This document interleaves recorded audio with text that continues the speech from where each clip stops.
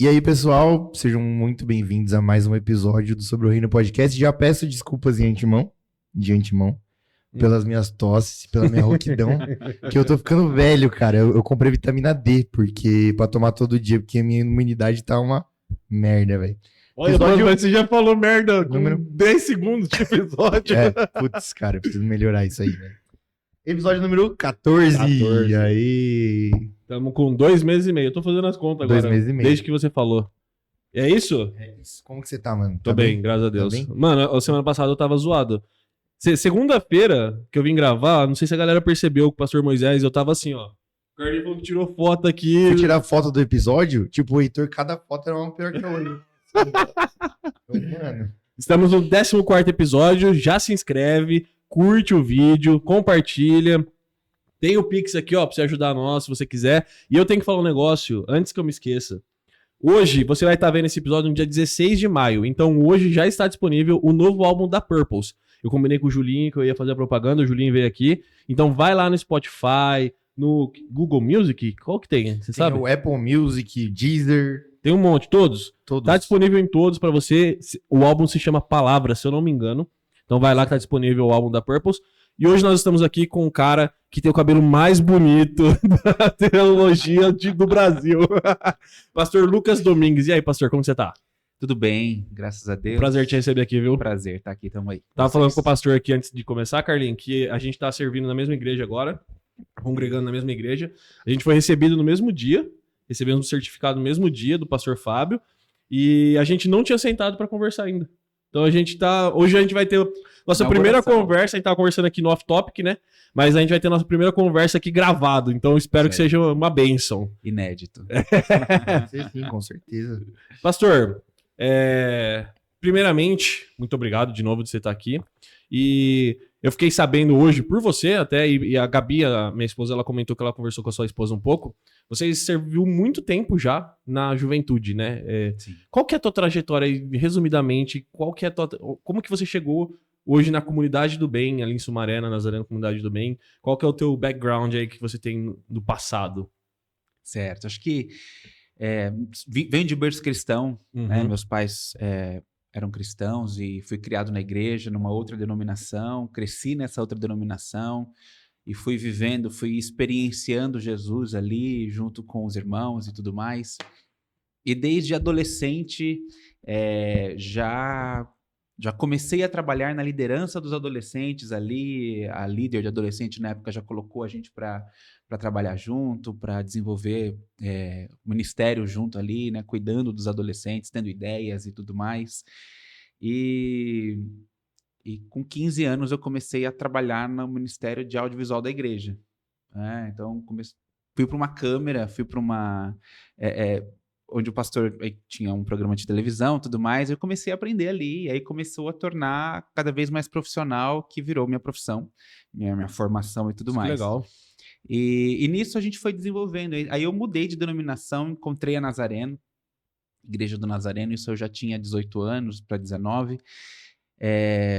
Tava ferido, tava machucado, e cheguei na Igreja do Nazareno, o pastor Paulo me recebeu, me abraçou minha família e fomos curados ali naquela igreja, né?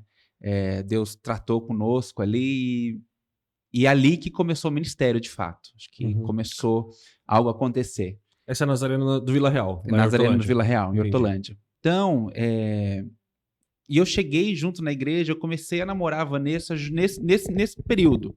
Então, chegamos praticamente juntos na igreja e começamos, em menos de um ano, eu já estava envolvido trabalhando com os jovens.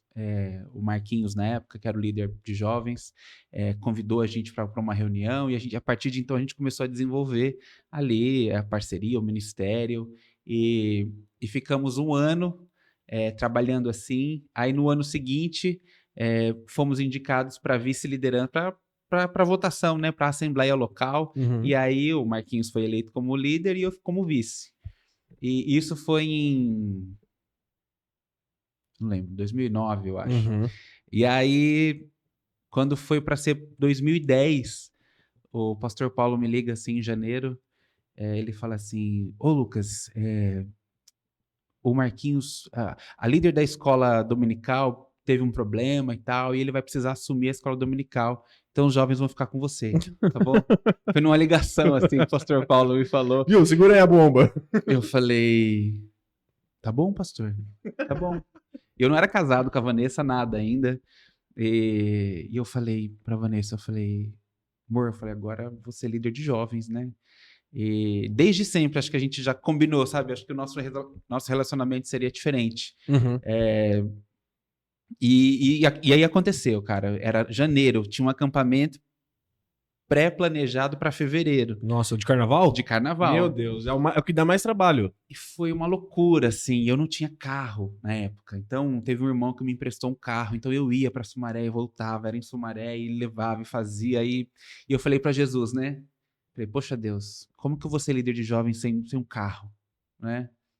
Aí Deus falou, não seja por isso, né? E aí eu trabalhava com um empresário na época e tal, numa empresa, e aí ele falou, comprou um carro novo para ele. E ele tinha um carro parcelado. Ele falou, Lucas, eu tô com agora 2 carros, eu não tenho onde guardar esse outro carro direito. Você não quer assumir o carro daqui para lá? Eu falei, cara, eu sei não, porque vou ter que te dar uma entrada e tal. Ele, não, só assume. Só pega as parcelas da frente. Só pega as parcelas. Tinha, sei lá, tinha mais uns 2 anos para pagar do carro, assim. Só pega as parcelas daqui para frente, tá tudo certo. Aí eu falei, tá bom. Tá bom. Deu certo a oração, hein? Aí eu lembro que eu cheguei na frente da casa da Vanessa, ela falou assim, e você tá com o carro do fulano e tal? Eu falei, agora é nosso. Ela, como assim é nosso? Você comprou um carro? Eu falei, Deus me deu o carro, né? E aí foi o carro que era pau para toda obra, levava jovem para cima e para baixo, e fazia sempre tudo que a gente precisava fazer.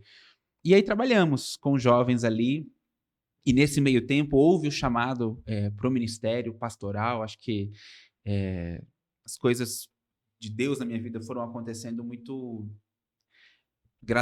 A revelação de Deus, ela foi sendo gradativa na minha vida, né? Acho que assim como acontece no Antigo Testamento, eu fui vivenciando isso comigo, né? Qual foi o dia? Não vou lembrar. Sabe, assim, aqueles irmãos que têm aquela experiência, tipo, não, foi na quinta-feira, 2 horas da tarde, eu tava orando e Deus falou comigo. Não, as coisas foram acontecendo. Acho que pessoas vieram falar, muita gente já falou muita coisa de Deus para minha vida, me encontrava na rua e parava e falava, Deus tá mandando falar para você que Deus vai te usar e tal. Eu falava, amém. Eu ia num congresso, eu ia num evento para cá, e as coisas, e pessoas chegavam e falavam e eu recebia, só aceitava. Mas teve um fato que eu não vou esquecer, que foi nesse período de transição de igreja, sabe? Eu estava saindo da outra denominação que eu estava e vindo para a igreja do Nazareno, ainda não estava na igreja do Nazareno. E um dia uma irmã orando num culto, assim, eu estava num culto X, e aí ela falou, Deus está te chamando assim como ele está chamando Samuel, né? E aí naquele dia eu falei, que eu possa falar como Samuel, fala que teu servo ouve, né? Mas pro chamado pastoral e tal, e eu falei, amém. Aí sempre falava amém e falava, tá bom, vamos ver o que vai dar, né? Se for de Deus, vai se cumprir, as coisas vão acontecer. E aconteceram, e foram acontecendo. Então, fui me envolvendo com os jovens, casei, e aí, no que eu me formei, primeiro da faculdade, né, secular, vamos dizer assim, casei, e aí o pastor Paulo veio e fez o convite. Agora que você se formou, filho, casou, vamos. Eu falei, vamos, pastor, agora tá certo, agora vamos. E aí ele falou, como você já é formado, vou te mandar para a FNB e não pro seminário. Eu falei, vou te obedecer, né? Vou seguir aí o seu aconselhamento. E vim.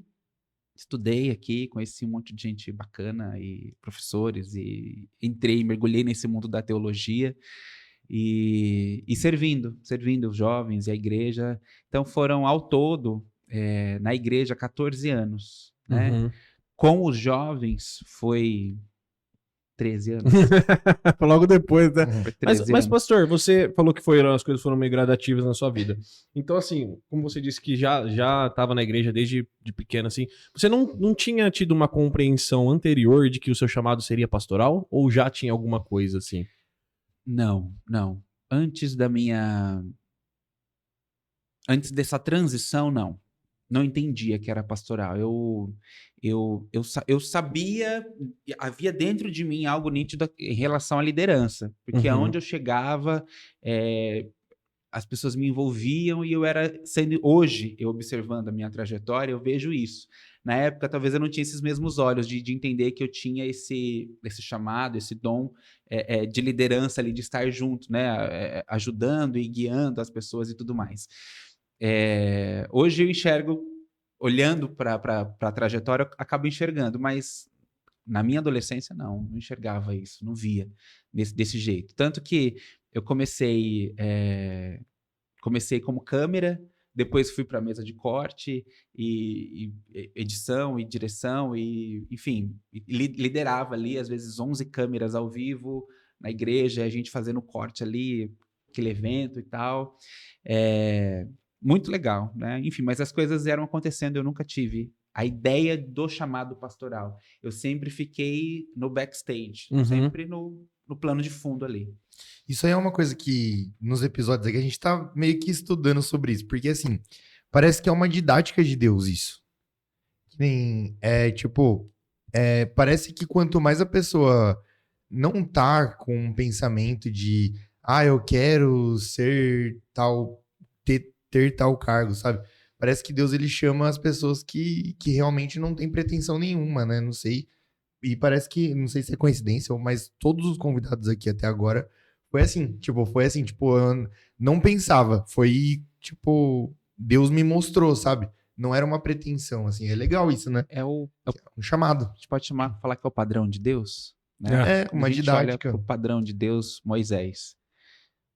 Ele foi educado no palácio e tudo mais, mas quando ele fala para Deus, eu falo, eu tenho voz pesada, fala pesada, não é comigo, né? Samuel, ô Eli, é você que tá me chamando? Não, volta lá, dormir. É você, Davi, o pai de Davi não acreditou nele. Falou, não, tem mais um lá, mas quem que é ele? Né? Então, acho que o fato da gente não acreditar muito na gente, ou a gente não ter essa percepção, faz com que os próprios discípulos, os pescadores, quem olhou para eles, eles não foram aceitos pelos rabinos, né? Quando eles tinham 12 anos de idade lá, da mesma forma que Jesus. Então, eles foram viver a profissão dos pais deles, que era o costume da época. Mas Jesus olhou para eles e falou assim: eu vim para vocês, os improváveis, né? Então, eu entendo que eu sou um improvável no meio do caminho. Deus me encontrou, me achou. E um dia eu disse: ok, tô aqui. Vamos lá, vamos seguir junto. Sim.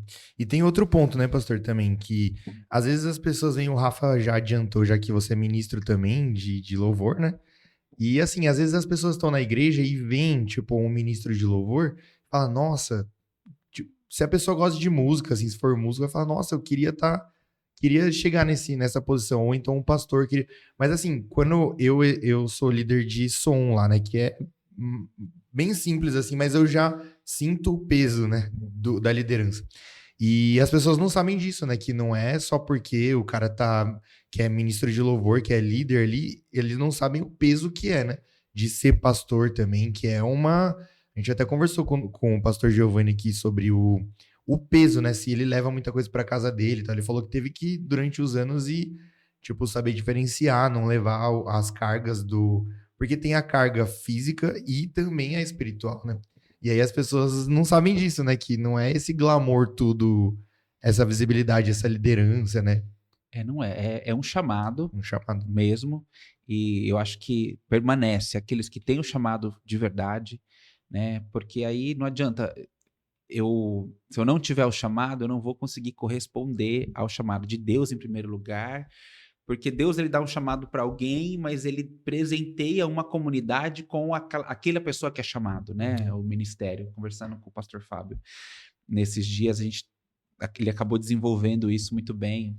Pastor Fábio, sem comentários, né? Então ele desenvolve muito bem. Então a gente bateu esse papo, né?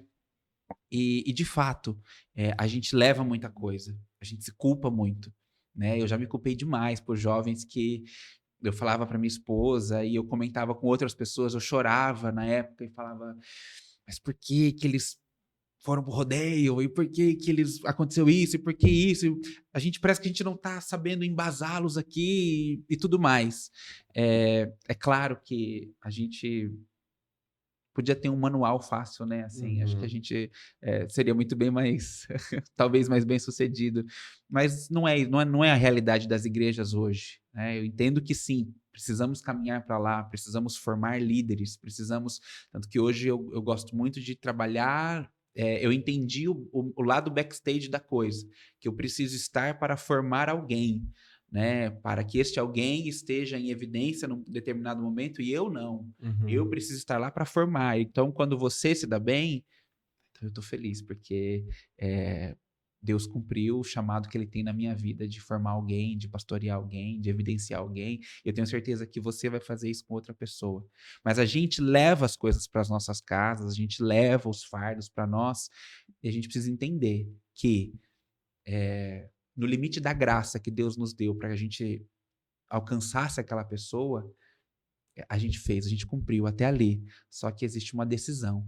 Deus, ele nos deu o poder da livre agência, não é? Então nós temos o poder de decidir entre a porta estreita ou o caminho largo, né? Então cabe aí as pessoas, depois de ouvir, serem aconselhadas e tudo mais, tomarem as suas próprias decisões. Isso aí eu aprendi com você esse ano. Do quê? Na reunião de liderança, você falou isso, que você estava sentindo a necessidade dos líderes da igreja, da gente, tipo, treinar alguém, deixar alguém treinado para caso algum dia, sei lá, né? É Igual porque no seu caso, o exemplo de Moisés com Josué é muito bom, Sim. né? Que aí Sim. Josué não faz a mesma coisa e aí dá no que dá do livro de Juízes, né? De Juízes, que vira um ciclo, né? Pede perdão, cai de novo, fica tudo ruim, pede perdão, cai de novo. Então eu vejo muito isso. Mas voltando um pouco, pastor, eu vejo que eu passei 3 anos liderando discipulado, e fora os GCs que a gente fazia, né? O Carlinhos é fruto de GC, inclusive. Mas eu sempre me frustrei muito. Hoje eu aprendi. De um tempo pra cá, acho que também...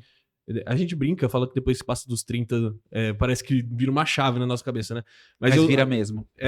Eu sempre falei pra Gabi assim, eu falava assim, amor, não é possível que eu vou, converso com a pessoa, mostro embasamento bíblico, a gente mostra na Bíblia, a pessoa ora, sente, experiencia aquilo e volta pra mesma coisa. E a gente acaba como líder e como pastor, imagino, você que ficou tanto tempo, quantas frustrações você passou nesse período, né? Como que a gente quer projetar no outro, como que a gente acaba com o tempo e a gente entendendo a beleza do evangelho e da graça, como que a gente não se conforma quando alguém abre mão disso, né? É muito sério isso, né? E eu acho que um pouco tem que ser assim o líder também, né? Eu acho que é compaixão isso também, né? Sim. Acho que primeiro a gente pensa, se houve essa resposta foi porque eu sou formado em comunicação. Então, qual que é o princípio básico da comunicação? Existe um emissor, existe o receptor, existe a mensagem e o meio, né? Então, na minha teoria de comunicação, eu penso, eu não transmiti a mensagem de forma correta, né? Ou eu transmiti a mensagem, mas o meio que eu utilizei não foi o correto. Dentre o meio, existe o ruído. Você comentou que a gente vira uma chavinha nos 30. O nosso cérebro vira chavinhas, né? Aos 6 anos, a primeira infância, aos 13 anos, a adolescência, aos 21, a vida adulta, mas aos 30, a vida adulta mesmo, né? Que aí o nosso cérebro chega numa completude ali aos 30 anos. É verdade isso, então? Eu achava que era só uma impressão minha. Neurociência. Desde os 30, eu mudei muito depois dos 30. Tô quase lá. Neurociência. Então, assim, quando a gente pega isso, e aí você olha para a Bíblia, né? Só um parênteses da neurociência. Você olha para a Bíblia e você vê que Deus é muito perfeito, porque os caras estudaram isso há poucos anos, vamos colocar assim. Mas a Bíblia já apresentava isso lá no Deuteronômio, né? Ensina o teu filho no caminho que deve andar, coloca a mensagem na testa, nos umbrais e tal. Até quando ele tiver 6 anos, ele precisa ter decorado todas as leis. Primeira, formação de valores, formação de caráter, formação de uma série de coisas da criança. Então, eu tô com a minha lá com 5 anos, a minha menina mais velha. Então, eu preciso ensinar todas as leis para ela, todos os mandamentos, o amor de Deus. Eu preciso encher a vida dela de Bíblia e do amor de Deus até os 6 anos, que é a primeira virada de chave de cérebro dela. Então ela vai guardar todos os valores cristãos lá. Com 13 anos, a gente começa a assumir novas personalidades, né? Então você começa, seus heróis não são mais os seus pais, seus heróis estão na rua, são quadrinhos, são outras coisas. E aí você começa a assumir outras personalidades. Então você é uma pessoa em casa, uma pessoa na rua, uma pessoa na igreja. Então eu vou precisar dar a mensagem certa para os meus filhos e para os jovens de que eles precisam ser uma pessoa só. Então a gente tem que focar em identidade, propósito, vida cristã ali. Agora, quando eu faço 21, o meu cérebro ele já assumiu uma maioridade, né? Então, todas aquelas sensações explosivas de emoções que acontecem na adolescência, mas o lado de parâmetro do cérebro dele ainda não foi desenvolvido suficientemente, por isso que hoje ele tá feliz, amanhã ele tá triste, o adolescente, você consegue ganhar ele na emoção, porque ele é pura emoção, né? E aí, quando a gente chega na juventude, esses parâmetros eles vão começando a evoluir, e eles terminam de evoluir nos 30. Por isso que depois dos 30 a gente entende e pondera muito mais as nossas posições, Com certeza. as nossas decisões, sendo que a gente, às vezes, que tá com 30, um pouquinho mais de 30, a gente olha para o adolescente e fala, por que é tão difícil entender? Porque o cérebro dele ainda não chegou lá, não desenvolveu. O biológico dele não chegou lá ainda, né? Jesus Cristo, com 30 anos, começa o seu ministério. Ele sabia, humanamente falando, o cérebro dele ponderava já todas as decisões, né? E ele olhava para os meninos de 17 anos, os discípulos dele, 18 anos ali, não tinha como ser diferente. Os caras saírem correndo, os caras deixarem ele e tudo mais. Por quê? Porque eles estavam em fase de desenvolvimento ainda. E Jesus estava investindo neles, né, para que eles fossem desenvolvidos e tudo mais. Mas eu entendo, voltando para o assunto principal, eu entendo que para além do meio da mensagem e saber qual é o estágio que a pessoa está vivendo, para que você possa ir ao encontro dela através da mensagem, do meio e driblando os ruídos, ainda assim existe uma escolha da pessoa. Ainda assim existe essa escolha. Nossa, muito louco isso, né? E é muito legal isso daí dos discípulos que você falou, que muitas vezes a gente visualiza eles com 30 anos, igual Jesus, mas na verdade eram meninos, né? Eram meninos. Eram recém-saídos da adolescência ali, né? Nossa, é muito louco. Sabia disso? Não sabia, não. O Fred falou também quando a gente esteve lá, o pastor Fred veio aqui já. Ele falou também que eram, tipo, meninos de 16, 17. Mas aí uma pergunta, Pedro tinha esposa, ele era um pouquinho mais velho? Pedro era o mais velho. Entendi. Por isso por que Jesus precisa pescar o peixe, manda pescar o peixe para pagar imposto? Ele pagava só para ele e para Pedro. Verdade. Porque Pedro era o mais velho. Ah, que interessante. Entende? Senão ele tinha que pescar mais moedas lá. Verdade. Ele tem que pagar pra todo mundo, né? Ele pagou só pra Pedro e ele. Que da hora. É isso. Muito bom. Pastor, você estudou neurociência também? Porque eu lembro que quando eu vi você pregando a primeira vez lá na comunidade, no culto de jovens, você falou assim, eu não lembro o que você falou, mas você falou, as emoções ficam atrás da cabeça, alguma coisa assim? Não lembro. É o nosso subconsciente. Isso, né? Aí você falou, um dia eu explico. Aí eu falei assim, nossa, mas que cara inteligente. Não é. Eu acho que eu sou um entusiasta. Nunca estudei de ter nada de formação. Mas o local onde eu trabalho proporcionou que eu participasse de diversos treinamentos. Então, e vários desses treinamentos, houve uma época que era muito focado em neurociência, ligados ao marketing, ligados a uma série de outras coisas, de comportamento de cliente, muito voltado para esse público. Só que o cérebro é a mesma máquina. Sim. Para emoção de compra e emoção de evangelho, de vida, enfim. Então, eu estava ali trabalhando, às vezes fotografando, filmando, gravando, só que eu estava absorvendo conteúdo e transformando isso em pregação, transformando isso em diversas outras coisas. Então, eu tive a oportunidade de ouvir alguns doutores, professores de universidades daqui, de São Paulo e tudo mais, de Curitiba, falando sobre esse tema. E aí eu pegava os ganchos, tinha, claro, as palestras gravadas também, reassistia, e ia para as pesquisas. Então, essa questão das viradas do cérebro e outras questões como essa de saber das emoções, a gente acaba trazendo desses eventos que eu participei. Que legal, interessante. Você sabe um pouquinho por causa da Gabi. Por causa das cores, é? Do quê? Tipo, ele tava falando do marketing. Eu estudei um pouquinho de Photoshop. Tem uma aula lá que o cara começa a falar, ó, tipo, se você quer, sei lá, mano, deixar a pessoa com fome, sei lá, vermelho, amarelo. É verdade, isso é Se verdade. quiser, tipo, a cor. Psicologia das cores. E é isso aí, né? A Gabi manja total. disso aí também. Gabi manja. Total. Mas, ô, pastor, outra pergunta. Você com esses 13 anos que você ficou, que você trabalha com jovens, né? Porque você ainda lidar com jovens, você pegou 2 etapas, ou mais de 2, diferentes por exemplo, da era digital. Há 13 anos nós não tínhamos celulares a nossa mão, assim, toda hora. Então você pegou aí desafios diferentes, porque evoluiu muito a tecnologia em 13 anos, nos últimos 13 anos. Então você pegou desafios diferentes da juventude nesses últimos 13 anos que você teve à frente. E por que eu te pergunto isso? Porque cada momento, cada contexto que nós vivemos traz um desafio para quem está à frente de um grupo de jovens. No sentido do que eles estão vendo, do que eles estão consumindo, do que eles estão com dúvidas. E aí eu te pergunto, como que faz? Lógico que você também está inserido nessa sociedade, mas você já era mais velho, né? Se bem que você estava meio que na idade ali paralela, né? Sim. Mas hoje você já é mais velho do que os jovens ali que você está pastoreando e tal.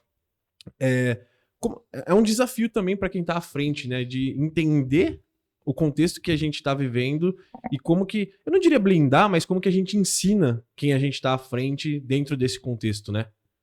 Sim, acho que quando a gente... Houve 2 fases, né, no ministério.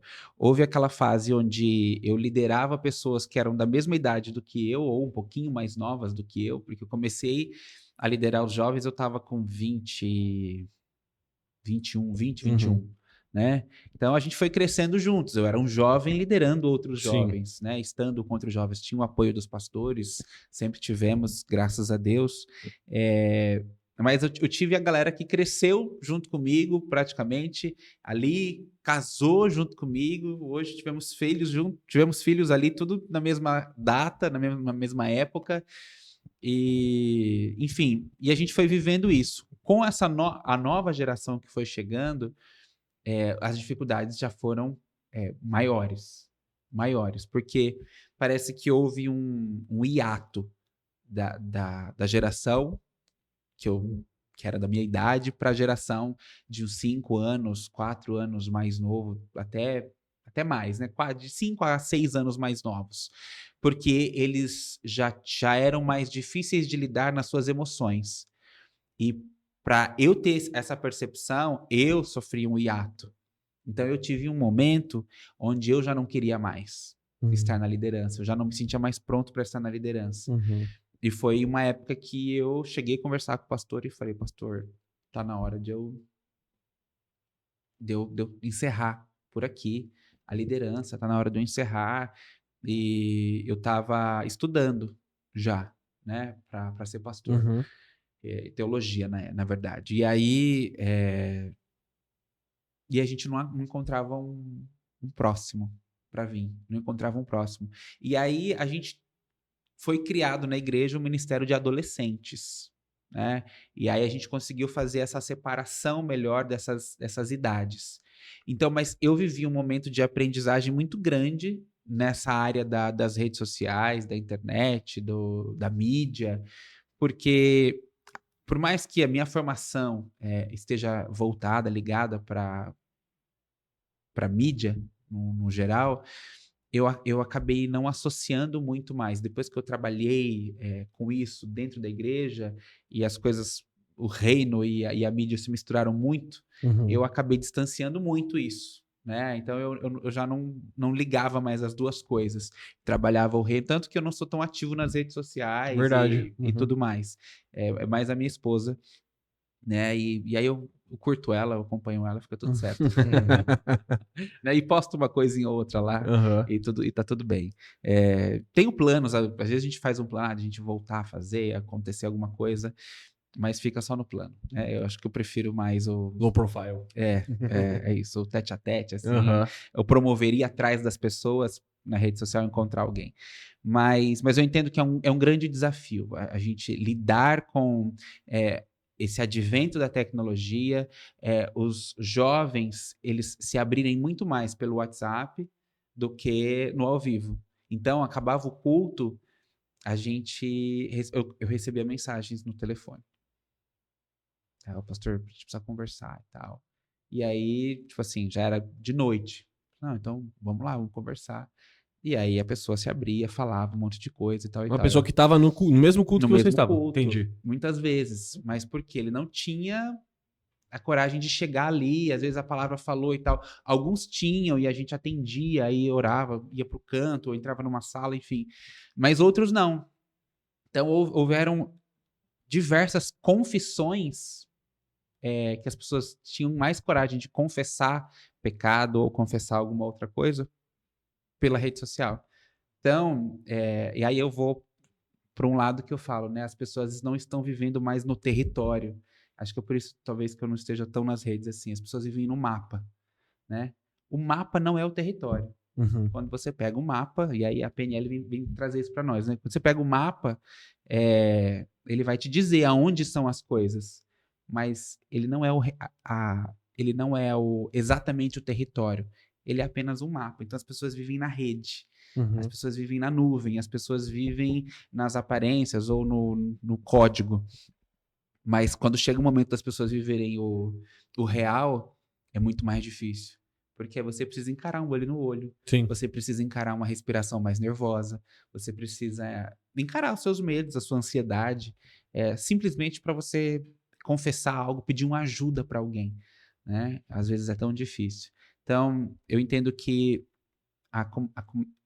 os meios de comunicação, de redes sociais ou, enfim, bate-papos, vieram para distanciar muito o presencial e aproximar esse mundo meio virtual. Então a gente precisa, às vezes, começar a ganhar a pessoa no virtual, depois ter um encontro com ela, aí sim, aí você pega a pessoa para conversar e às vezes muitos não olham nos seus olhos quando estão conversando. Por quê? Porque se sentem mais livres para serem quem elas são num ambiente virtual onde as pessoas não pastor, veem. não Isso só no ambiente de jovens ou no geral? No Você ambiente. disse. Eu digo no geral. No geral mesmo, hoje em dia tá assim. No geral. Muito mais nos jovens, né? Que era onde eu tinha mais a oportunidade. Acho que quando as pessoas, os mais velhos que me procuravam para um aconselhamento ou para alguma outra coisa, aí já era no tete a tete.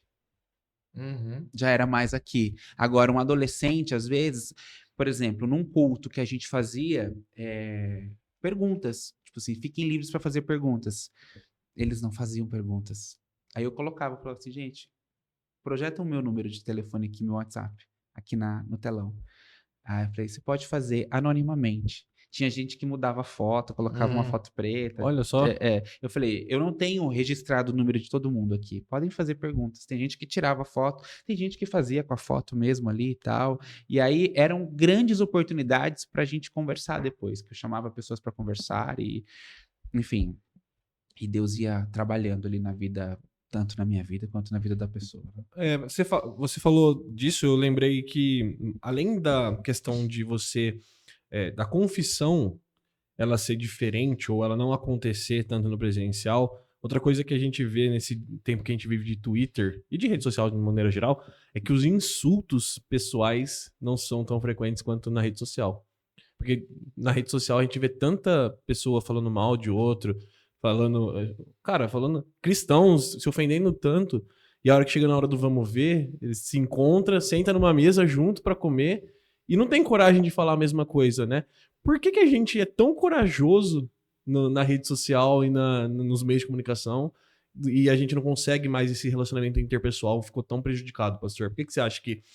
Eu sei que você já discorreu um pouco sobre isso, mas por que você acha que ficou tão assim a nossa geração, sabe? Eu vejo que a gente... Existe uma área do nosso cérebro chamada reptiliano. É grudado aqui com a nossa com a nossa espinha, né? Uhum. Então é a área mais primitiva que a gente tem. Então é a área que a mãe vai proteger os seus filhos. Então vem dali. Quando a gente está com fome, vem tudo de lá. É o nosso lado mais primitivo. Então eu entendo que nós somos a geração das emoções. E as emoções, elas querem encobrir, muitas vezes, o nosso lado primitivo. Então, o meu lado primitivo é te atacar, só que eu não tenho essa capacidade para te atacar, porque as regras, as leis, a moral que já foi invadida a minha mente, toma conta das minhas emoções, e isso gera o quê? Em mim, uma ansiedade. Aí eu tenho o quê? Crises, eu tenho problemas de existencialismo, eu tenho uma série de outras coisas que acabam envolvendo a minha vida. Mas eu não consigo lidar comigo mesmo. Então eu não consigo enfrentar o outro porque eu não consigo lidar comigo mesmo. Então, quando nós estamos juntos, poxa, tem que ter coragem de você falar olhando nos olhos da pessoa. Por isso que às vezes é tão difícil as pessoas olharem nos seus olhos e discorrerem sobre algo, e falarem sobre algo, e confessar algo, ou discordar de algo. Porque às vezes a gente não se sente capaz para isso. Uhum. Né? E eu entendo que as redes sociais vieram para libertar esse distanciamento, veio para libertar esse poder que a gente tem de demonstrar o nosso lado reptiliano aqui. Entendi. Nas redes sociais e onde quer que seja. Interessante que ele falou da questão você falou da questão da confissão, e na Igreja Católica o confessionário tem aquela redinha, né? Pra você não olhar, tipo, diretamente pro padre, né? Será que tem a ver? Tem a ver com isso? É que não são todas, assim, a maioria hoje já não é. É que eu sempre vi assim, com a Mas redinha. mas o tradicional é mesmo, que você nem vê, você só escuta o... pode ser. Por causa dessa conta questão da vergonha, né? A gente tem medo do julgamento. Uhum. Né? Por que tem muita gente que na escola tem sempre aquele que fala, não vou apresentar o trabalho lá na frente. Tem medo de falar em público. Porque a pessoa tem medo de julgamento. Uhum. Ela tem medo de ser julgada. Então, o que acontece com a pessoa que tem medo de falar em público? A mão fica gelada. A pessoa, às vezes, fica com o coração acelerado. Por quê? O nosso lado primitivo acha que a gente vai vivenciar um combate. Então, o homem primitivo, para vivenciar o combate, o que ele fazia? Ou ele lutava, ou ele corria. Então, para você lutar, você não precisa de sangue correndo nas suas mãos. Você precisa do sangue correndo nos seus órgãos vitais, que eles vão te impulsionar para que você possa lutar de fato. Ou o sangue vai ser bombeado para suas pernas para que você possa correr, né, da melhor forma. Então, é muito isso que acontece. Eu entendo, né, que as pessoas não têm essa coragem de viverem, de aceitarem o lado delas, ou se tratarem, por isso que é importante fazer uma terapia, é importante procurar uma ajuda de um profissional, a gente precisa de libertação e tratamento. Né? Acho que as duas coisas podem caminhar muito juntas. Momento confissão, eu tenho muita dificuldade É que assim, eu tô numa etapa da vida que eu tô evitando conflito. Por preguiça? Não sei se é por preguiça, mas é porque assim, eu acho que eu tô me preservando. Entendi. Mas tá ligado? Aí tem um outro ponto, que aí você pode ser como eu, que nós temos um valor. E esse valor, eu já te enquadrei no mesmo valor que o meu. Esse valor é paz. Né? O que eu quero? Eu quero paz. Então, eu quero entrar em conflito? Não. Por quê? Porque eu quero paz. Isso é bom até a página B. Porque aí, quando eu recebo um pedido errado no restaurante, eu quero paz. Mas você não volta lá. Você não tá briga, entendendo? mas você não volta. Eu quero paz. Quando, às vezes, uma coisa tá errada e eu tenho que lutar contra a minha paz, contra um valor que foi construído dentro de mim, para que eu possa ir em frente, né? Então, assim, são alguns valores... Existe uma outra palavra para isso também. Algumas crenças, essas crenças dominantes, né? que envolve a nossa vida, e às vezes a gente não quer lutar, por quê? Eu prefiro a paz, eu não quero entrar no conflito, né? Aí o seu cérebro ele vai lutar para que você não entre em conflito. E aí, mas às vezes a gente precisa entrar num conflito. E aí é o momento que a gente precisa se expor, é o momento que a gente precisa lutar contra nós mesmos. Só que esse é um problema pra mim, porque quando eu entro no conflito, eu perco o controle. Entendeu? Não de agressividade. Não, de agressividade não física, mas de Verbal. não sou eu mais. Sim. Eu perco completamente o controle. Se eu começo a discutir com alguém, eu... Mas por quê? Quando você entra, você trata bem, né? Doutor, é assim mesmo, aqui a gente traz... É cada dia um que faz mas, a sessão terapia. Mas é interessante porque tô lembrando de uma pregação que eu fiz, aí eu quero pegar o gancho para chegar lá. Quando você entra no conflito, seu cérebro já tá tão explosivo, já guardou tanta coisa, que aí você explode. Eu preguei uma vez para os meninos lá da igreja, muito especificamente para eles, falando assim, a gente não pode virar o Hulk. Quando a gente vira o Hulk, a gente perde, a gente não é mais a gente machuca, a gente... Então, e aí depois, o que a gente precisa? A gente precisa da Natasha Romanoff chegar para que a gente se acalme. E eu me sinto culpado quando chega essa parte. Mano, é horrível. Quando Porque eu perco a estribeira, igual- aí depois volta, mano, vem um sentimento de... Mas é igual o Bruce. Mano. É igual o Bruce. Ele se sente culpado, porque ele não queria fazer aquele estrago que ele fez e tudo. Por quê? Então, eu falava para os meninos, eu falava assim, gente, vocês têm que, na vida de vocês, no geral, vocês têm que tomar cuidado com aquilo que vocês se alimentam, né? Aquilo que vocês estão alimentando. Porque o momento em que você vira o Hulk, já era, o pecado tomou conta de você, e aí depois você vai viver um remorso, espero que você viva um arrependimento, né? Mas aquela acusação, ela vai bater dentro de você, né? Então, a gente não pode virar o Hulk. não pode. E é difícil, né, pastor? É difícil pra Tem caramba, que velho. ter E claro que escapes. fugir de não se tornar não virar o Hulk não é sinônimo de você ser bobo, né? Não é isso. Sim. Você tem que ter um posicionamento, né? Mas isso tá me prejudicando um pouco porque tá faltando posicionamento nas horas que realmente precisam ter um posicionamento. Entendeu? Então, até nisso eu tô meio que fugindo, sabe? Em algum assunto específico que eu conscientemente sei que eu preciso não entrar num conflito, mas resolver, porque também você não pode ser totalmente passivo, senão Claro. você vai, né? Claro. Mas senão- Senão Senão você já tá terapia, morto. terapia. Senão você já tá morto. Mas você sabe uma coisa? Eu também... Eu sou um cara que o Carlinhos me conhece. Você me segue há pouco tempo, pastor. Ano passado. Eu não sou muito de entrar em conflitos pessoais. Eu entro mais em conflito. Eu rebato ideias de que eu não concordo.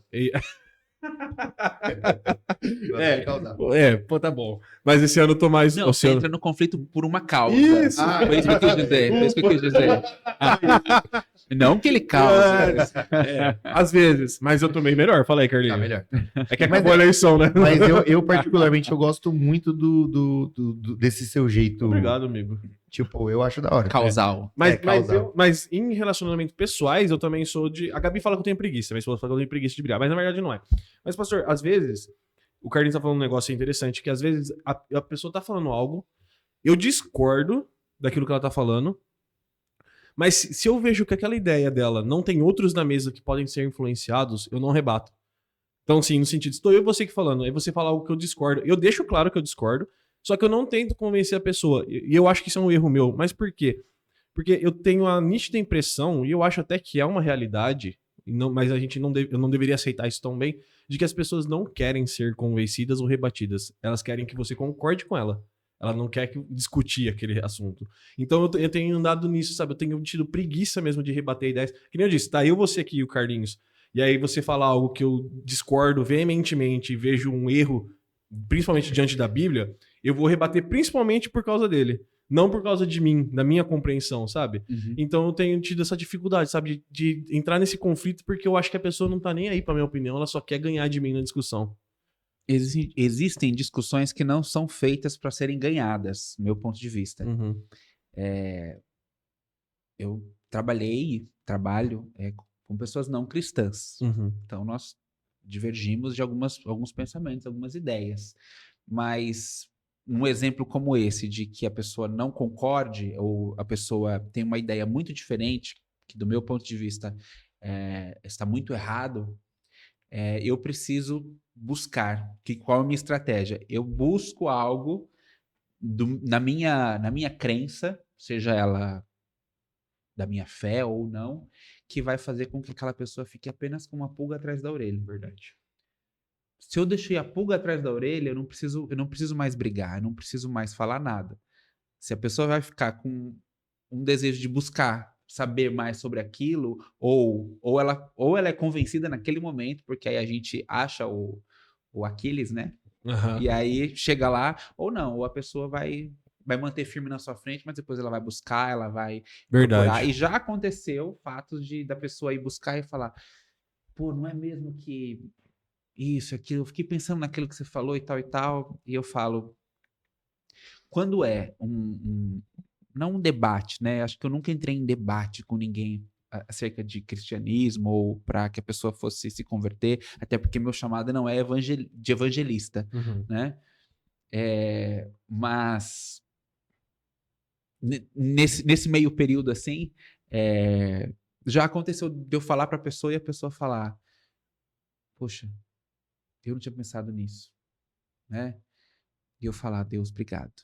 Sabe, assim, dentro, porque eu tava aqui, Espírito Santo, agora, tá ligado que eu aqui, as ideias fazem assim, vai tudo embora. Eu falei, agora eu quero, traz à minha memória, Jesus, tudo que eu já estudei, tudo que eu já vivi, tudo que eu já li, tudo que, sabe, quando eu vou entrar numa conversa como essa, eu tô olhando para a pessoa, mas eu tô aqui no clamor, na oração, dentro no coração, para que o Espírito Santo ele se revele através da minha boca, através de uma fala, através de algo que vai tocar a vida da pessoa e que ela possa sair dali e talvez pesquisar alguma coisa ou que vai trazer produzir algum sentido, sabe? Às vezes eu já ouvi muito assim, não sabia que cristão pensava assim, não?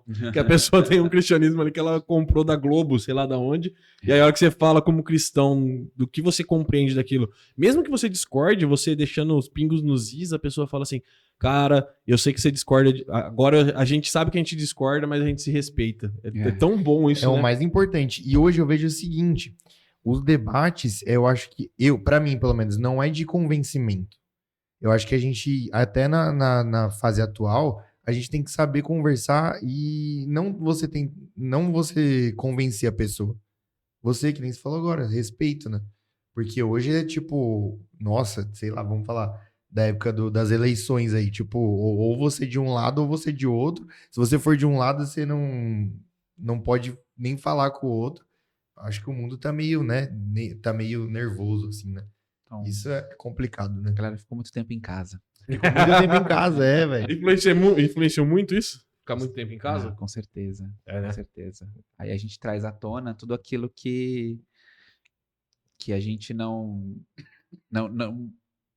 a gente conseguia extravasar na rua, né? Muitos conseguiam extravasar na rua. O estar dentro de casa não dava para você extravasar onde? Nas redes sociais. Você extravasava onde? Contando na família e casamentos sendo desfeitos e pais maltratando filhos e filhos maltratando pais. Então, realidades foram sendo reveladas nesse interim. Por quê? Só foi sendo revelada a verdade daquilo que a gente era. Né? Eu entendo que é dessa forma. Então, e aí isso gera um constrangimento, isso gera caos, isso gera medo, isso gera uma série de incertezas. Por quê? Porque ao passo que a gente vai sendo aquilo que a gente está demonstrando ser, está aparentando ser, as coisas parecem que ficam tudo bem. Agora, o momento que as pessoas se revelam como elas são, é aí que a gente entra.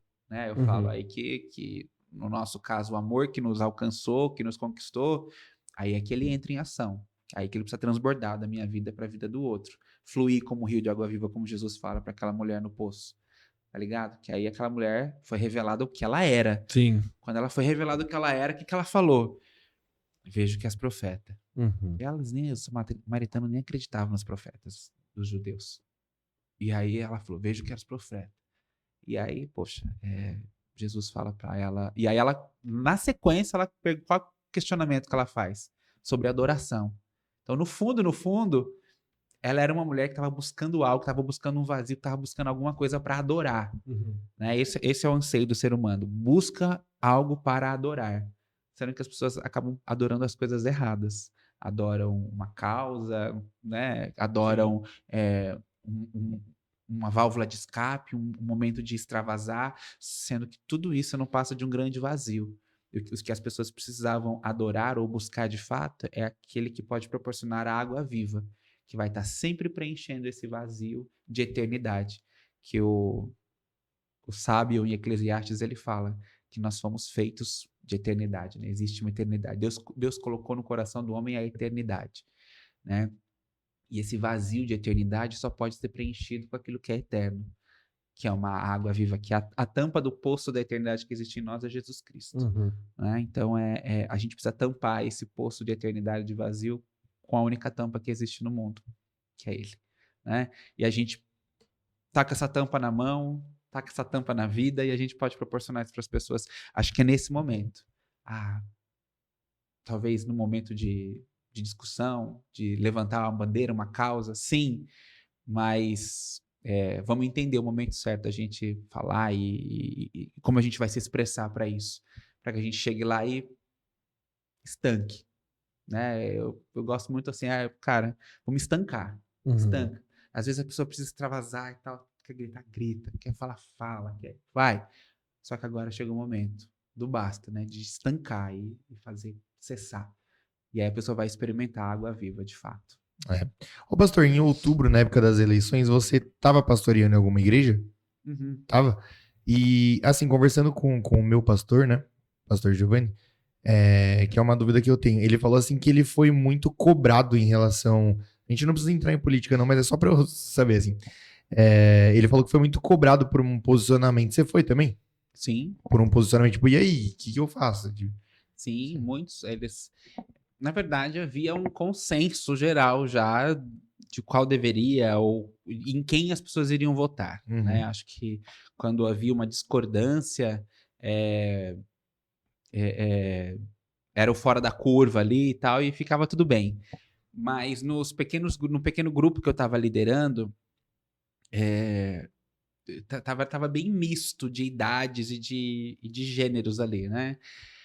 E foi super interessante, porque a gente ouvia relatos de que houveram brigas na família por causa disso, famílias se desentendendo, porque um ia votar em um e o outro ia votar em outro e tal.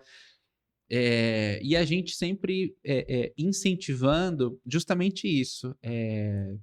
Cara, se a sua família tá brigando, você não pode levantar a bandeira da briga, você tem que levantar a bandeira da paz, você tem que chegar com mansidão, com humildade. Enfim, essa é a minha forma de pensar, meu pensamento, Sim. né? Que eu já não gosto de entrar num embate. Se for um embate político ainda, os dois governos são governos caídos, vão ser governados por homens, né? Então, do ponto de vista espiritual, não faria sentido nenhum o A ou o B. Claro que cada um tem a sua preferência, né? Mas sim, houve uma cobrança muito grande. Essa necessidade das pessoas, né, também, tipo, não tomarem de pesquisar, de não sei o que. Eu acho que vai também muito do que a gente vive no contexto de que somos influenciáveis, não? Influenciados muito, né? E acho que cada vez mais agora, com o advento das redes sociais, nós precisamos ser influenciados. Não sei se você concorda, porque parece que se a gente não está sendo influenciado por algo, parece que tem uma coisa errada. Sim, concordo. Né? O seu feed vai revelar quem você é, né? Ou aquilo que você segue, aquilo que... Eu falava para os jovens, eu falava assim, eu posso pegar porque você é um número para rede social, Pro algoritmo, pro Instagram, né? O algoritmo, TikTok. Quanto mais você vê alguma coisa, mais ele vai te apresentar aquilo. Então eu falava para os meninos lá, e para as meninas, eu posso ver o seu TikTok, seu feed? Você deixa? Pra ver que só vou rolar 3, 4, 5 para ver o que está sendo apresentado para você, porque o que está sendo apresentado para você é o que você mais vê, né? Eu até comentei, não vou falar o nome dela, uma cantora famosa ganhou um prêmio de um festival famoso. Isso eu trouxe para um pequeno grupo, um dia. Eu falei, isso apareceu para mim, também não vou falar o nome, né? Num determinado canal de notícias que eu sigo. apareceu para mim, só nesse determinado canal de notícias. Vocês estão sabendo disso? Perguntei pra galera, né? A galera, eu vi. Um falou, eu vi. O outro, não sei o quê. O outro, nossa, não tô sabendo de nada, né? E eu falei assim, tá vendo só como os nossos mundos, nós estamos próximos aqui, fazemos parte da mesma comunidade, mas os nossos mundos paralelos são tão diferentes? Por quê? Porque o que eu não sigo essa cantora ou um outro site que vai me apresentar coisas dela. Porque, enfim, ela é uma cantora X do mundo. Eu sigo outros nichos. Então, o que vai ser me apresentado nas redes sociais, no meu entretenimento, vai ser um determinado segmento, né? E aí eu quis trazer isso para a roda, dizendo para a galera, o que a gente está trazendo para o nosso segmento? Porque quando a gente para, é natural, todo mundo para, pega o celular, toca numa rede social e começa a consumir. Só que eu preciso consumir aquilo conscientemente. Não dá para eu consumir aquilo de qualquer forma, né? Então eu falava pra galera, você deixa eu dar uma... Na brincadeira, eu não ia pegar o celular de ninguém e pegar a senha e tudo mais. Mas na brincadeira eu falava assim, eu posso pegar seu celular e rodar seu TikTok para ver o que eles estão entregando para você? Ou rodar seu Reels do Instagram para ver o que eles estão entregando para você? Né? Porque o que está sendo entregado é o que você está buscando mais. Né? E o que você está buscando mais?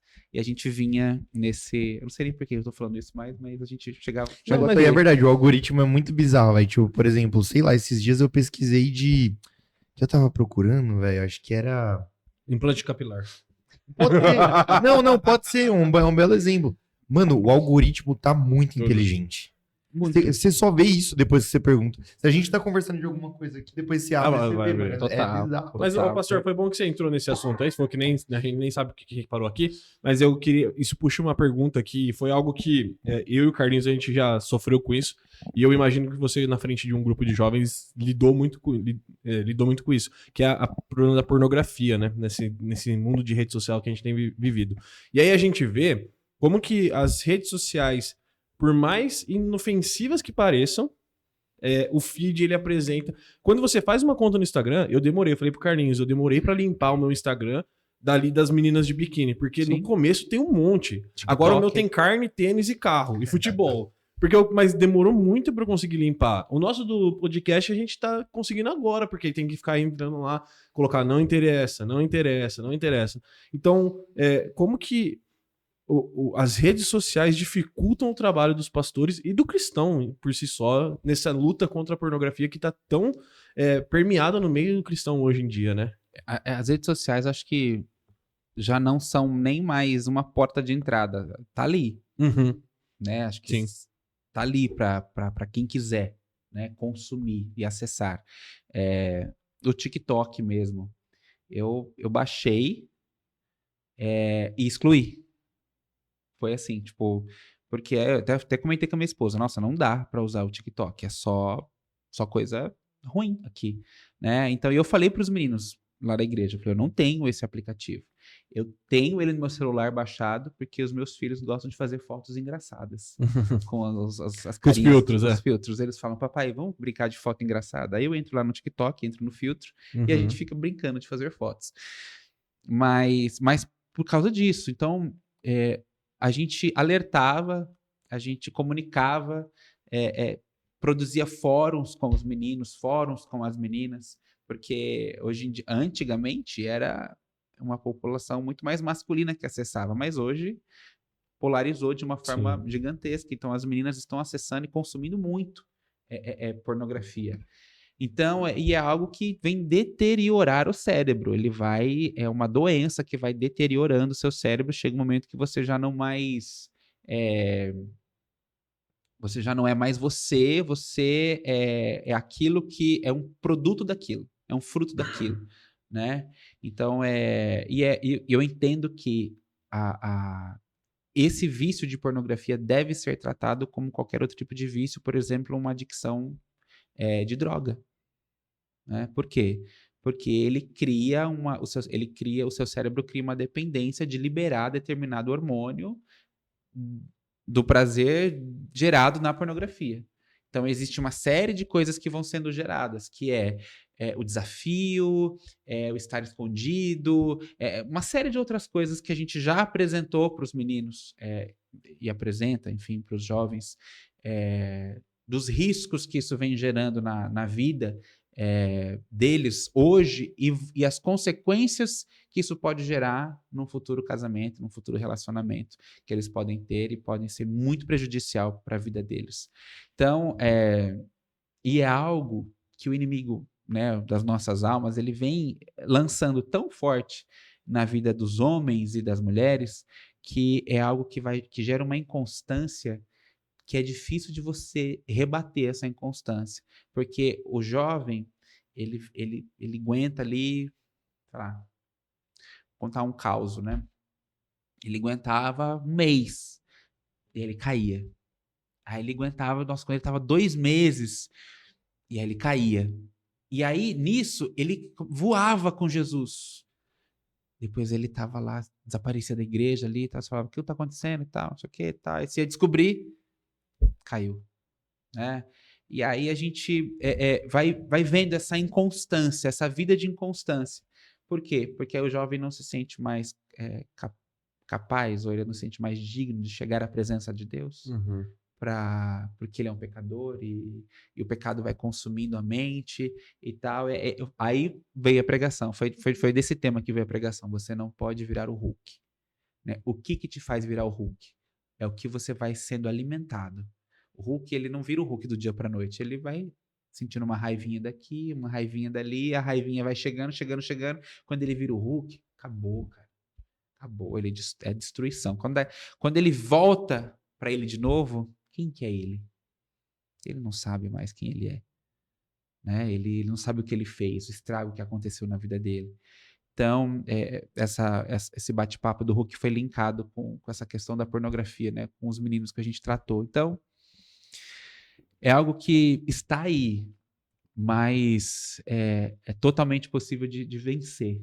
Né? Eu acho que se nós cremos na nossa teologia que eu posso não pecar, posso não viver uma vida de pecado, eu posso viver uma vida de santidade, eu posso viver uma vida transformada, então isso está muito ligado com o que eu alimento a minha mente, o que eu alimento o meu coração, do que eu estou sendo alimentado.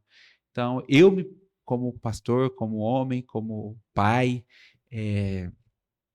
eu preciso me policiar naquilo que eu estou, o que está entrando pelas janelas da minha alma, né? Porque aí o Jesus ele vai escrever, né, que as janelas da nossa alma vão refletir ali, parafraseando o Lucas Domingues, vão ser aquilo que as nossas mãos vão fazer, as nossas atitudes vão praticar. Então, o que eu estou vendo? O que eu estou mandando para dentro?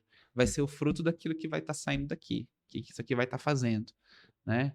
Então, é esse policiamento que a gente precisa ter nas nossas mãos. Eu acho que deveria ter dentro da igreja, mano, um ministério de... Isso que eu ia falar, pastor. Você não acha que algumas pessoas têm eu já vi o David Hicker da Presbiteriana tem algo voltado para isso, tem mais um lá, o Mal Que Eu Não Quero, também uma página boa.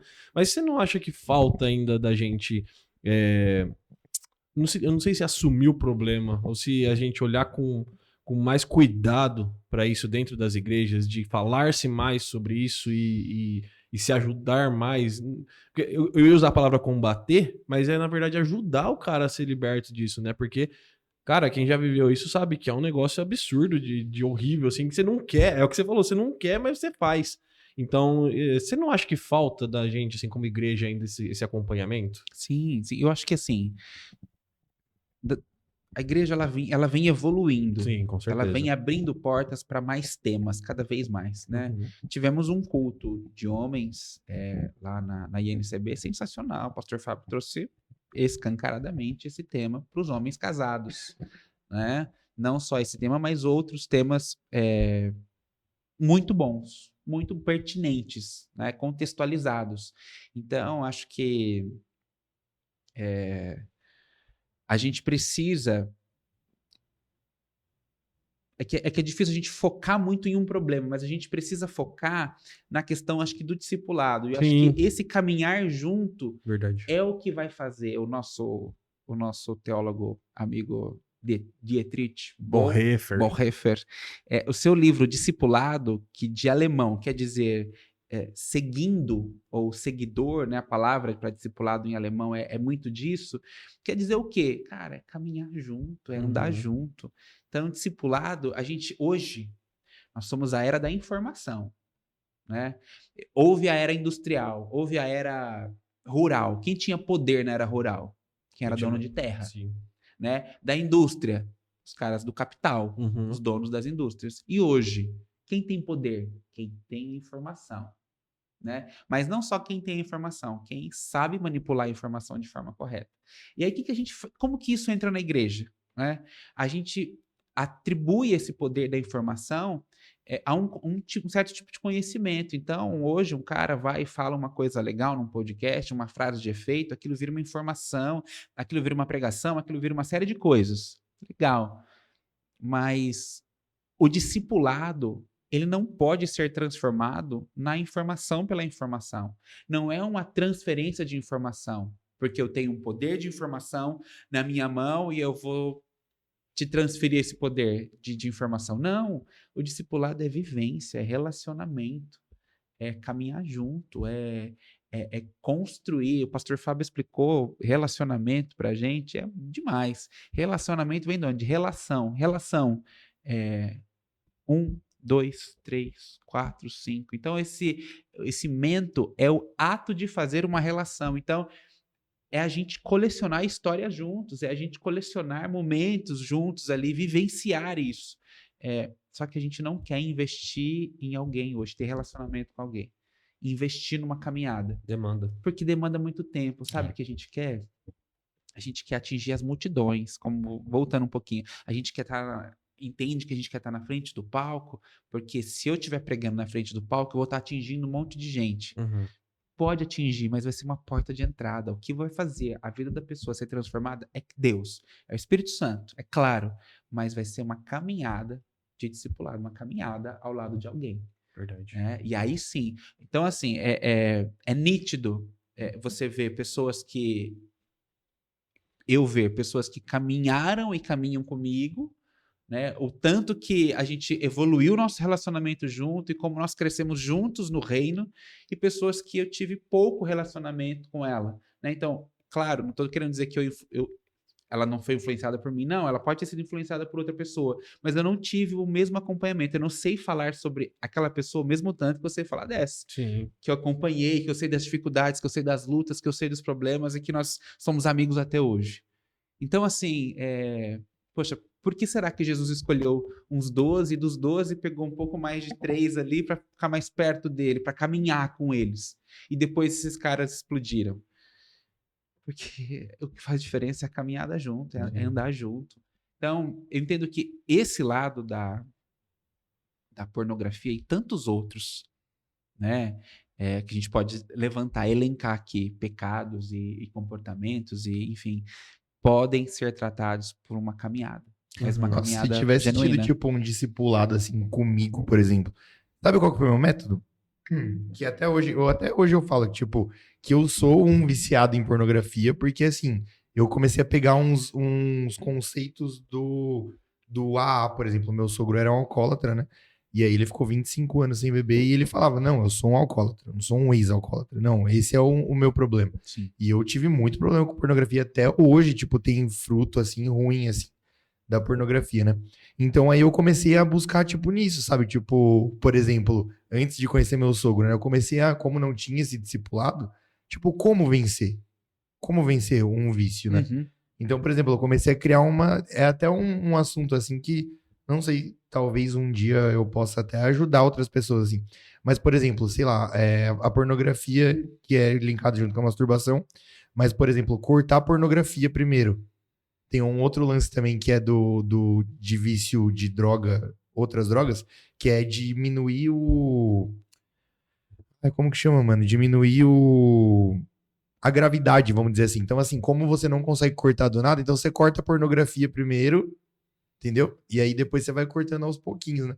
Mas realmente, cara, falta um discipulado, né? Porque, mano, eu não sei se eu posso estar errado, mas parece que é todos os homens E A grande maioria. todas as mulheres, tipo, que passam Muita por gente. isso, Muita gente. né? A mente hoje está sendo muito bombardeada. As crianças são bombardeadas com a sensualidade desde muito cedo hoje em Uhum. dia. Né? Então, isso aflora muito, muito mais. Precisamos lutar contra isso. E é legal que a gente linkou duas coisas, né? A gente tava falando de confissão, e aí a gente vem pro discipulado. E a confissão é uma parte do discipulado, né? E eu venci, e aí eu falo pra todo mundo isso, o Carlinhos sabe disso, eu falo pra todo mundo, eu falo, não existe cura do pecado sem confissão. Aí a pessoa fala assim, mas não é Deus que... Deus perdoa, nós confessamos para Deus, mas em Tiago 5,14, e esse versículo, eu guardei ele no meu coração, porque assim, foi o que foi a chave assim para eu me libertar, para eu ser liberto. Lá tá escrito, confesse seus pecados uns aos outros para que sejam curados. Para quê? É, Né? Tem o para quê. é, exatamente. Então, e aí as pessoas falam assim, mas por que eu tenho, se eu confesso para Deus, por que eu tenho que confessar pro meu irmão? Primeiro porque tá na Bíblia, e aí eu tô trazendo pra prática isso, né, pastor? Quando a gente, e aí volta, olha como é legal, eu vou linkar outro assunto. Quando a gente tá no tete a tete e tem alguém que sabe do nosso problema, ele vai falar pra você E como aí, que você tá. Uhum. E aí você vai ter vergonha de falar pra ele que é um cara que tá investindo oração, tempo e conversa e lágrimas muitas vezes sofrendo junto com você, se ele te ama mesmo, se é um amigo que te ama. E você vai ter vergonha de falar pra ele. E por você pensar assim, poxa, se eu fizer e eu for honesto, porque eu posso mentir, mas se eu fizer e for honesto, eu vou ter que falar pra ele e eu vou decepcionar ele. E aí a gente vai vencendo cada dia, um depois do outro, pra não decepcionar a pessoa amada, a gente vai se libertando disso. Então, como que é importante que a gente tenha isso, né? Da gente ter alguém que nos acompanhe, ter alguém que a gente possa se confessar, alguém que saiba do nosso problema, porque isso vai trazer cura pra nós, né? Sim. É muito importante isso. E eu vejo que a gente muitas vezes negligencia isso. Ou a gente foge, né, também. Não só negligencia, mas a gente foge muito disso, né? Foge. A gente quer. Hoje em dia nós somos. Zygmunt Bauman vem dizer que os nossos relacionamentos são líquidos. Né? A gente não consegue contê-los nas nossas mãos porque eles escapam. Verdade. Né? Então, a gente quer ter um relacionamento muito raso com as pessoas. Eu ouço. Vou lembrar agora quem que disse, falou assim, se você tá vindo para cá, era um convite de um pastor para uma igreja, você precisa estar disposto a misturar a sua vida. E aí isso falou muito no meu coração, porque a gente, para misturar a vida não é fácil. Não. Porque misturar a vida é você estar com a pessoa todo momento. Aceitar a pessoa como ela é, com seus erros, seus acertos. Você olhar para o seu irmão ali e falar assim, ô mano, você tá com bafo. Você precisa escovar o dente, mano, tá zoado. Né? Ou você precisa falar pro cara, baixa o braço aí que tá vencido. Tá vencido. Né? Então assim, misturar a vida é nesse nível. Né? Então a gente precisa estar disposto a misturar a vida. Então, só que pra gente estar disposto a misturar a vida, a gente precisa estar disposto a se expor. Qual foi a primeira coisa que aconteceu quando o pecado entrou lá na vida de Adão e Eva? Se escondeu. Eles se esconderam e eles se cobriram. Né? Eles estavam descobertos. Eles estavam nus. Não havia nada que os cobria. Então, temos teologias e teologias para a gente falar sobre isso. Mas eles ficaram descobertos. Eles se viram descobertos. Eles precisavam se esconder. Né? Então, é isso que o pecado vem fazer com a gente. Se esconde. Vai se escondendo. Vai ficando atrás e criando capas, e criando máscaras, e criando camadas, para que você vá ficando distante daquilo que eu te fiz para ser criado, E daquilo que desculpas Deus também, né? fez para que a gente fosse criado. É para a gente ter um relacionamento de comunidade, Sim. de irmandade, enfim. É isso. Na teoria, eu acho legal. Eu acho legal que funciona a confissão. Mas assim, no meu caso, por exemplo, na época da igreja católica, mano, era toda semana, velho. Eu falando, putz, eu vou ter que ir lá no Padre Velhinho de novo, mano. O Padre Mas aí que é a Velhinho vai questão, ficar... mano. E não funciona. Mas aí que é uma mano. questão importante. Porque o padre era só um confessionário ou era um discipulado? Não, só confessionário. Então, essa que é a questão. Ele não... É verdade. Não era, ele não acompanhava. É que aí não havia o arrependimento, havia um remorso. Você tinha o seu remorso, Uhum. mas você não se arrependia, você se sentia mal por ter cometido um pecado, e aí você queria se livrar daquilo. É igual algumas pessoas que fazem uma contribuição financeira para a igreja para não se sentirem mal, porque sabem que a igreja vai trabalhar com obra social e tudo mais. Então elas fazem filantropia, que é aquilo que lhes sobra, né? Não fazem o amor, né, da caridade e tudo mais. Então é muito isso. Então não existe, quando não existe o arrependimento, precisa haver o entendimento do pecado. Esse arrependimento é uma graça do Espírito Santo? Claro, 100%. sim. Ele proporciona o arrependimento. O Espírito Santo, a graça de Deus é que vem nos proporcionar a possibilidade de nós nos arrependermos. Uhum. Né? Então nós nos arrependemos, nos rendemos a este amor, reconhecemos que não somos nada, e aí reconhecemos o nosso estado de pecado e que nós não conseguimos sair desse estado de pecado sozinhos. Entendi. Por isso que somos dependentes de espírito, pobres de espírito. Né? Porque nós entendemos espiritualmente que o nosso espírito não pode se salvar sozinho, então a gente precisa de um salvador. E aí a gente vem ao encontro de Jesus. O Jesus vem ao nosso encontro, na verdade. Né? É isso. Nossa, ficou da hora. Olha, você é louco. 1h15 já, mano. O pastor tem 2 filhos lá na casa dele esperando ele. Vitão, você tem pergunta pro pastor? Faz aí. Vem aqui, Vitão. Mas corta aqui pra mim. Tá cortado pra mim? Tá? Então vem. Vamos ver a pergunta que o Vitão preparou. Vem.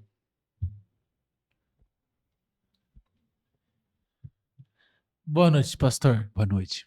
Como você lida com a vaidade por ser ministro de louvor? Bacana. Corta aí pra ele. Vitão. Vai pra cortar, Vitão. Cortou. Muito bem. Quando eu fui conversar com o pastor Fábio, nesse período de transição de igreja, né? Falamos sobre isso, falamos sobre o ministério de louvor e tudo mais. E eu tinha falado para ele o seguinte, falei, pastor, eu entendo que eu gosto de cantar, eu gosto de louvar, eu gosto de estar envolvido, eu gosto de música, mas não é o meu ministério principal. Né? Então eu entendo que se eu não tiver que cantar ou não precisar cantar, tá tudo bem. Tá tudo bem. Eu entendo que, tanto que eu não participo do Ministério de Louvor. Ia ali participar, é claro, mas não, tá tudo bem. Né? Não fazer parte disso. Eu entendo que é algo que a gente precisa lidar na nossa igreja, na nossa comunidade. Acho que com essa questão da vaidade, não só o ministro de louvor, mas na pregação. Sim. Você termina de fazer uma pregação, aí vem aquela pessoa e fala, nossa, que pregação da hora, não sei o quê, nananã. E aí, na mesma hora você fala, glória a Deus, né? Glória a Deus, é por causa de Deus. Porque a gente precisa entender que, assim, se um dia eu tentar fazer algo, produzir um discurso que é meu, vai sair nada. Não vai sair nada. Né? Então eu preciso entender de Deus, falar, Deus, me ajuda a isso não descer pro meu coração e não subir pra minha cabeça. Que eu possa sempre estar aqui na humildade. Então, eu posso estudar, posso me preparar, posso pregar, posso cantar, enfim. E as pessoas podem falar alguma coisa. E eu sempre busco atribuir aquela glória a Deus. Então, eu tenho comigo de sempre entregar para Deus. Falar assim, Deus, eu quero entregar para o Senhor agora tudo que eu sou, tudo que eu tenho, e mesmo não sendo nada, mesmo não tendo nada, né? Porque eu entendo que o meu trabalho é fazer com que a tua glória apareça, com que o Senhor apareça, enfim. Então, é dessa forma que eu lido, dessa forma que eu orientava as pessoas na época da liderança e quando eu pastoreava o Ministério de Louvor ali na igreja. Mas é muito importante isso, né? Eu falo aqui é um confessionário, a gente fala, nós dois. Hoje você já viu, né? Mas eu como prego também, é muito difícil, né? Tipo, quando a gente recebe elogio, a gente não fala assim, nossa, cara, eu manjo fazer isso, eu sei preparar um negócio. Sim. É muito difícil. E aí, quando tá rolando uma coisa dessa, acho que no Vila Real era assim, acabava a ministração e a gente normalmente ia para a porta para abraçar as pessoas no final do culto, né? Num dia que meu coração estava meio, mais ou menos, que eu me conheço, a gente se conhece, né? Eu não ia para a porta. Eu terminava a pregação, eu ajoelhava e ficava ali na frente, né? Orava e tudo mais e ficava ali na frente. Porque não era o dia de eu ouvir nada, né? Eu falava, Deus, eu tenho certeza que o Senhor falou com alguém, mas amém. Hoje não é o dia que eu preciso ouvir nada. Sabe, aquele dia que você veio da semana difícil e tudo mais e tal. Parece que se terminasse a pregação e você fosse ouvir alguma coisa e ia massagear você, e eu me conhecia, a gente se conhece. E eu não precisava, eu falei assim, não posso. E isso eu conversei, por isso que é bom a gente ter amigos, né? Conversei com um pastor amigo na época e aí a gente lidou com isso juntos, né? Num discipulado que ele fez comigo, fazíamos juntos ali. E essa foi uma conversa, né? Eu falei pra ele assim, tem dia que eu não... Ele falou assim, faça isso mesmo. Terminou? Ajoelha, ora e recua. Se puder ficar longe, fica longe, né? Das pessoas ali, né? Fica ali, claro, a sua família junto, mas não vá atrás. Então, era isso que eu fazia, né? Quando eu me sentia mais ali vulnerável a isso. Isso é uma coisa que me chamou muita atenção na sua vida, pastor, que pastor, ministro de louvor e não mexe muito no Instagram. E é um assunto que a gente sempre toca aqui também, que é essa necessidade da gente aparecer, né? Eu mesmo, velho, eu tenho um monte de projeto de canal de YouTube, tipo, de comida. Aí eu quero falar de comida, quero falar de música, quero falar de Deus. E aí fica, não por necessidade de aparecer, mas assim, Sim, da gente ser produtivo, sabe? Tanto é que a gente até falou sobre o burnout, que é uma coisa que hoje acontece muito, né? Que às vezes a gente fica em casa, sei lá, num dia sem fazer nada, vem aquele sentimento de culpa, né? E eu acho legal, você é um espelho, né, que não gosta de se aparecer no Instagram ali, mas mesmo assim tinha tudo pra querer se aparecer, né? Tipo, no sentido assim, ministro, pastor. Bonito. Cabeludo com mais de 30 anos, cara. Então, olha que coisa. Isso é genético, Meu avô... Nossa, seu filho tem muito pai. cabelo também, né? Seu filho filho do pastor Lucas, olha lá, o tanto de cabelo. Mas acho que faz parte da gente entender um pouco do ministério que Deus tem para nós. Nessa caminhada, eu entendi que eu também fui chamado para formar pessoas, formar líderes, né? Ajudar líderes a se formarem. E um líder, ele não é formado por um herói, né? Existe um livro muito bacana chamado O Formador de Heróis. Eu só não gosto do heróis desse livro, porque eu tenho um conceito de herói. O conceito de herói, para mim, é o seguinte. É o filme do Rambo. Rambo 1. Aí tem Rambo 2. Rambo 3. Rambo 4. Como devia ser? Rambo 1. Aí devia ser assim. Rambo e seus amigos. Aí devia ser a turma do Rambo. Aí devia ser assim. Rambo, vírgula, o legado. O Rambo não ia mais pro campo. Por quê? Porque ele já formou a galera. Ele tá aqui nos bastidores agora e é a galera que tá lá, na linha de frente. Então eu entendi que o meu chamado também é esse, né? Há momentos que você precisa ensinar a fazer, mas há momentos que você precisa recuar e falar, agora vai lá, fica lá você. Não, é você que tem que estar lá. Não, mas vamos lá. Eu falei, não, cara, eu quero estar aqui sentado olhando para você, quero aprender com você agora, quero crescer com você, né? Então, um líder, ele nem sempre é chamado para estar à frente, mas ele é chamado para enviar à frente aqueles que precisam estar na frente no momento certo, né? É isso. E por uma causa, né? No nosso caso, né? O Julinho da Purpose falou, mano, ficou marcado pra gente pra sempre, assim.